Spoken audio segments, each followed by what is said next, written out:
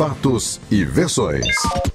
O que vai impactar a sua vida agora no Café com Política. Hoje nosso convidado é o deputado federal subtenente Gonzaga, do PDT de Minas Gerais, ele que é integrante da Comissão de Segurança Pública da Câmara dos Deputados.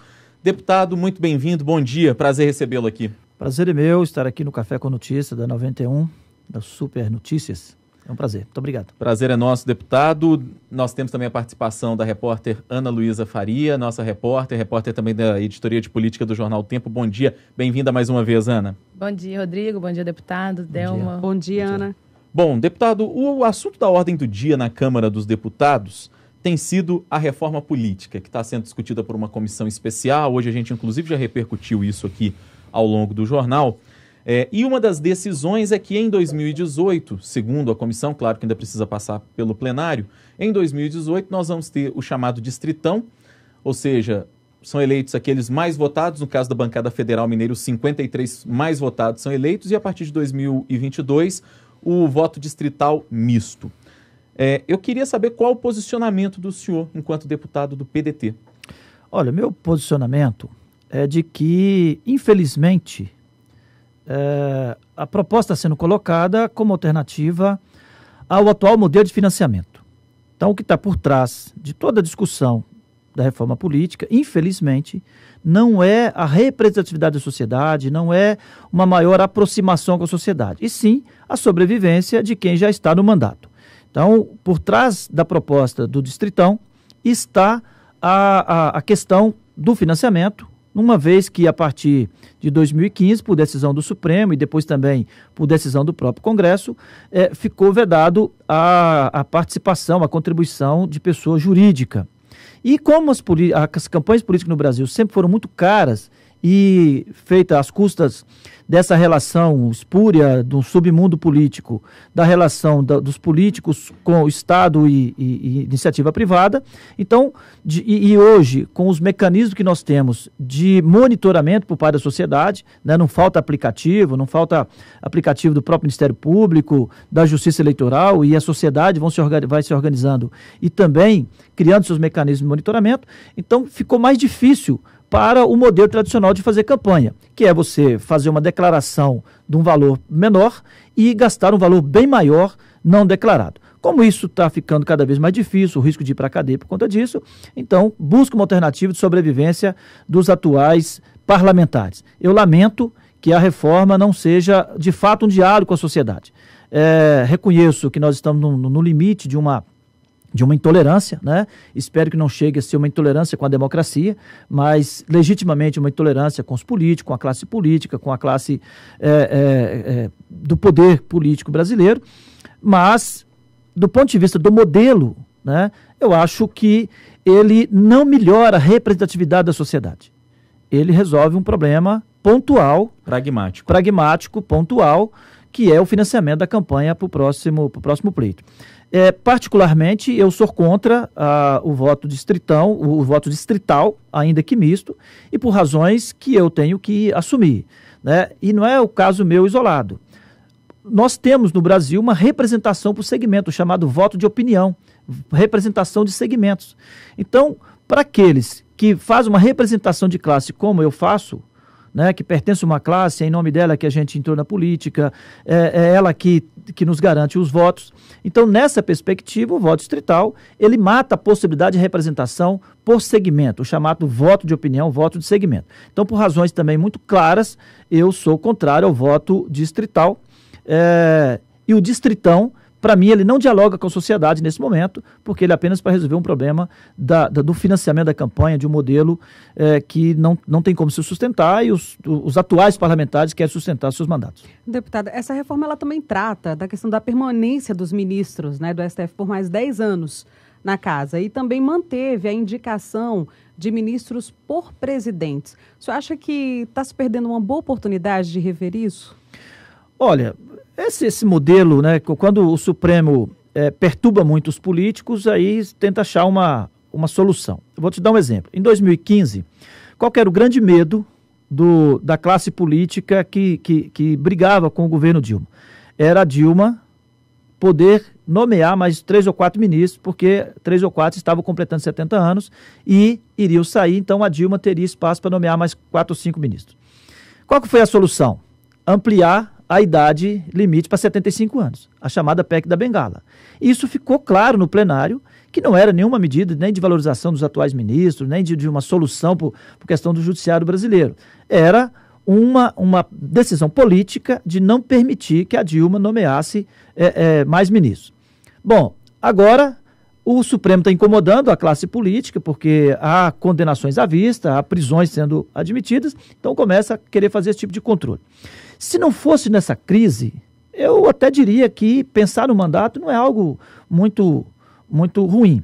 Mas hoje eu adotaria outra medida para não permitir que uma pessoa fique no Supremo por 30, 40 anos, como vai ficar hoje, né? Dias Toffoli, o próprio Alexandre de Moraes entrou agora com 40 e poucos anos, vai ficar até 75.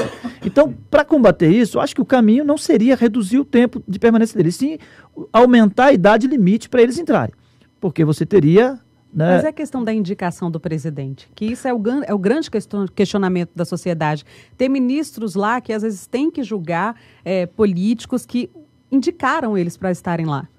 Eu acho que é um princípio, né, que o ministro Alexandre de Moraes defendeu, menos para ele, que devemos ter, se não numa lei, mas como uma prática ética de um governo, que uma pessoa que tem servido diretamente a um governo, como foi o caso do ministro Alexandre de Moraes, que foi ministro da Justiça, que serviu diretamente, que todos sabem que ambiente político ele foi para o Ministério da Justiça, ser nomeado, o próprio ministro Alexandre de Moraes, quando ele ainda era apenas um doutrinador, ele disse que não deveria, né? Mas ele não recusou o convite. Então, esse tipo de postura, entendo que não será também a eleição, tirar do presidente essa autonomia que vai resolver. Porque as pessoas mudam, não necessariamente porque foi indicado, e sim porque acomodou no determinado espaço de poder.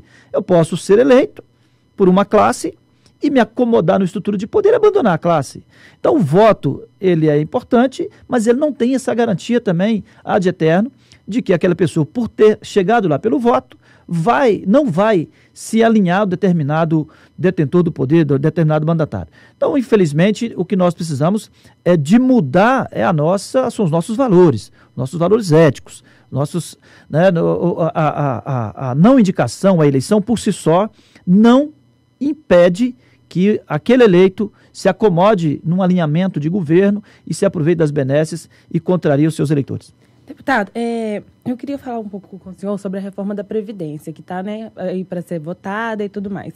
Muita gente critica o fato dos agentes de segurança pública não serem contemplados nessa reforma. Como que o senhor avalia isso? Na verdade é o seguinte, nós tivemos 2 momentos dessa reforma. No primeiro, quando o presidente Temer encaminhou o projeto, a PEC 287, no dia 6 de dezembro, em que ele colocou todos os servidores indistintamente nas mesmas condições, de idade, contribuição, enfim. Nós fizemos um grande movimento e algumas medidas foram adotadas. Por exemplo, na questão dos militares, nós mantivemos as mesmas condições de hoje, o mesmo status quo de hoje. Isso está no relatório aprovado na comissão especial. Então, se no primeiro momento estávamos todos, a reação generalizada, a reação institucional de classe dos militares federais e estaduais, nós conseguimos voltar ao status quo de hoje, do ponto de vista dos direitos previdenciários na Constituição Federal. Em relação aos demais policiais, também houve mudança, né, em relação à idade mínima, em relação ao tempo de contribuição, em relação ao critério a admitir o risco de vida, porque o texto original não admitiu o risco de vida como pressuposto de uma aposentadoria especial. Então, houve alguns avanços. Mas ainda não é o suficiente, principalmente em relação aos policiais civis, policiais federais, rodoviários federais, agentes penitenciários, guardas municipais, que são todos integrantes do sistema de segurança, que não estão devidamente contemplados e principalmente quando o texto ignora a sua condição de risco de vida. Em relação aos militares, se o texto for aprovado da forma que está, eu diria que nós fomos contemplados nas nossas reivindicações. Ou seja, a previdência dos militares estaduais continua sendo decidida pelo Estado, como assim já o é. Agora, eu tenho uma postura muito clara em relação ao conjunto da reforma. né? Porque eu pertenço a uma classe, faço uma defesa intransigente de uma classe, mas isso não me faz fechar os olhos para a realidade dos demais, né? Você tem hoje, pelo texto aprovado, uma pessoa que começar a trabalhar aos 20 anos, pelos critérios de tempo de contribuição, pelo tempo de idade mínima, ele vai ter direito à aposentadoria integral de fato, ainda que sem o direito à integralidade e paridade, mas ele vai ter direito depois dos 65 anos. Tem caso que ele pode chegar a praticamente 70 anos. Isso se tiver uma contribuição ininterrupta, né? Nós temos que entender que nós estamos numa realidade em que você perde emprego, você muda de emprego, que há espaços ao longo desse tempo que não haverá contribuição formal. Então, o texto está muito ruim ainda. Está ruim para o trabalhador rural, né? É um equívoco esse aumento da idade para o trabalhador rural, é um equívoco trazer a contribuição individualizada mensal para o trabalhador rural, aumentar o tempo mínimo de contribuição. Então, o texto como um todo, nós devemos rejeitar. Agora, em relação aos militares, eu quero aqui, além de comemorar com os militares, porque foi resultado de uma grande mobilização nacional, nós conseguimos, no texto aprovado na comissão especial, manter os atuais direitos que nós temos em termos de regulação da nossa Previdência. Deputado, aqueles que dizem que existe um privilégio por parte dos militares que se aposentam com menos tempo e de que hoje essa realidade já poderia ser mudada diante da expectativa de vida, das condições físicas até das pessoas que estão melhores quando estão mais velhas, o que o senhor diz para essas pessoas que consideram essa aposentadoria diferenciada um privilégio? Primeiro que a questão de tempo não é igual no Brasil inteiro. Cada estado, exatamente por conta da regra de que o estado é que define a aposentadoria dos militares, existem regras diferenciadas. Então não é verdade que todos aposentam na mesma idade. Em Minas Gerais, nós estamos sustentando até hoje o direito à aposentadoria com os 30 anos de efetivo serviço. O que nós advogamos para o serviço de polícia, para aquele que está no dia a dia, no enfrentamento, com doses variáveis num dia só de adrenalina no corpo, por conta das situações que ele enfrenta no dia a dia. 30 anos de efetivo serviço o corpo exige uma aposentadoria. Então nós colocamos dessa forma, e não em relação à idade. Porque se eu posso entrar na polícia até 30 anos de idade, e se eu vou trabalhar 30, eu vou aposentar aos 60. Então se eu mantiver o conceito de 30 anos de efetivo serviço, nós estamos trabalhando com possibilidade de até 60 anos.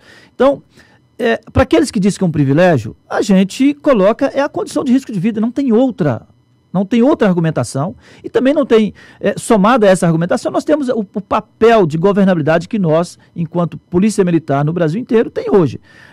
Eu sou suspeito, mas ao mesmo tempo com a legitimidade de dizer que se há governabilidade nesse Brasil hoje, se há uma sustentação da governabilidade, ela é feita pelos militares, seja no plano federal, seja no plano estadual, tá certo? É um segmento que que está trabalhando corretamente. Nós fazemos manifestações pontuais. A última paralisação que nós fizemos foi lá em 97, e esse mês foi de uma semana, ou seja, nós garantimos a estabilidade do governo. Então, eu acho que isso tem preço.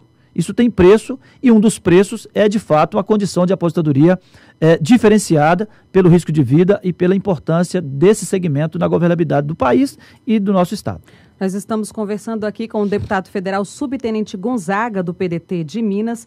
Deputado, ainda falando sobre segurança, mas sobre uma outra questão. Um pouco antes da gente entrar aqui no ar, eu abordava o senhor sobre a questão de como ficou conhecida a bancada da bala, né? E o senhor imediatamente me corrigiu, disse, não, Delma, é a bancada da vida.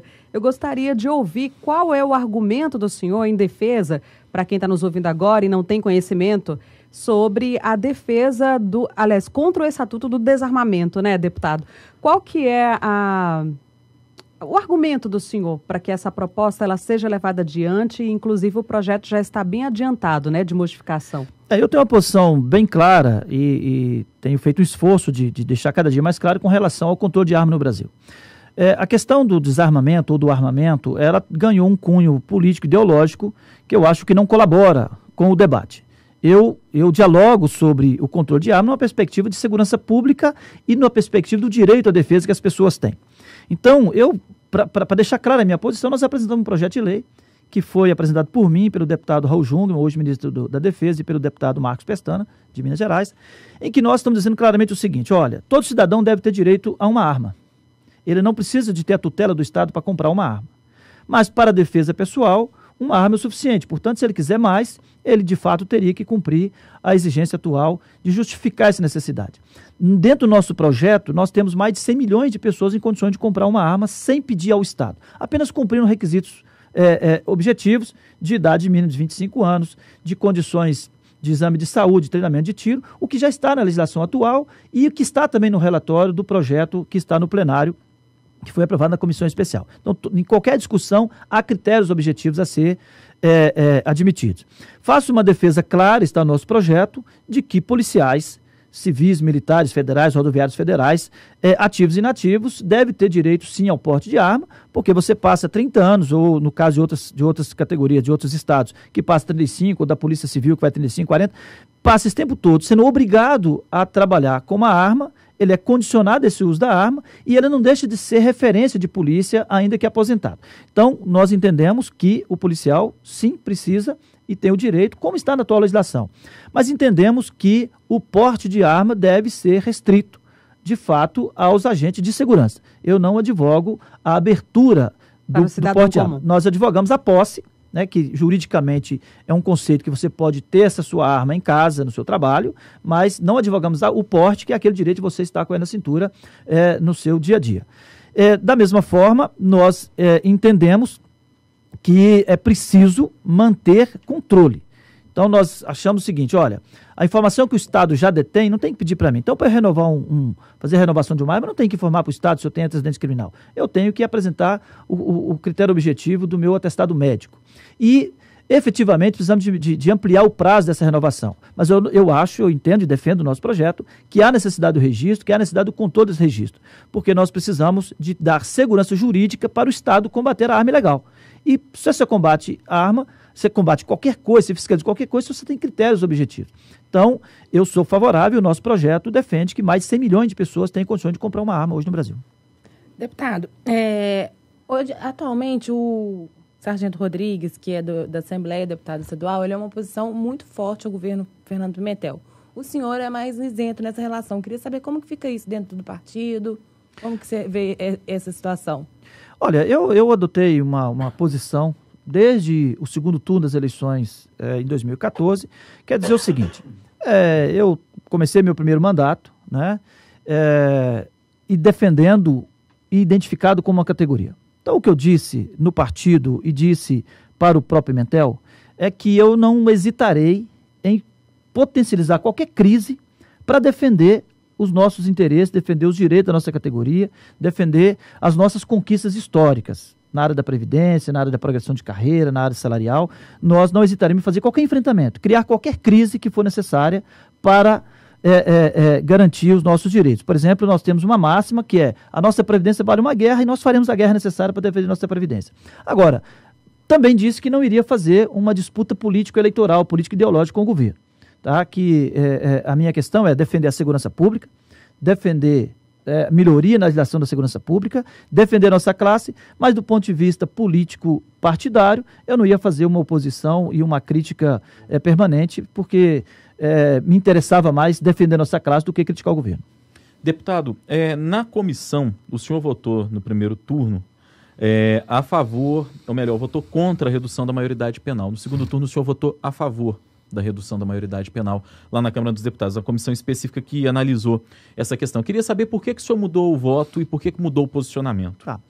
Eu mudei o voto e não mudei o posicionamento. No meu material de campanha de 2010, de 2014, eu sempre advoguei a tese de que, para nós efetivamente ter condições, né, combater a impunidade da criança e do adolescente, nós temos que mexer no Estatuto da Criança e do Adolescente. A minha convicção que a redução da maioridade, por si só, não garantiria isso, até porque você tem um Estatuto do Desarmamento, você tem uma política mundial em relação à proteção da criança e do adolescente, e eu sempre defendi que a mudança tem que vir no Estatuto. E desde 2014 eu apresentei projeto nesse sentido. Meus projetos é na linha de que o crime, né, o ato infracional praticado por um menor, ele deve ter um julgamento análogo ao crime, do ponto de vista da pena, do tamanho da pena. O meu projeto de 2014 defende que a internação não seja encerrada compulsoriamente com 3 anos, que leva a idade máxima de 21 anos. O meu projeto, que é de 2014, portanto, antes da PEC da redução da maioridade, prevê uma internação até 29 anos, portanto, uma pena de até 12 anos. O nosso projeto, que é desde 2014, prevê que os 5 dias que o Estatuto dá hoje para que se encontre uma vaga no sistema socioeducativo sob pena de ser liberado, é muito pouco. Que os 45 dias sem sentença no sistema é muito pouco. Então, a solução para mim passa pelo ECA. E eu apresentei o projeto, estou numa comissão especial que está trabalhando nisso, espero que a gente consiga aprovar a nível de comissão, pelo menos, essa proposta. E eu mudei minha posição. Primeiro, votei contra porque o texto que foi colocado, na minha avaliação, ele não respondia ao anseio da população.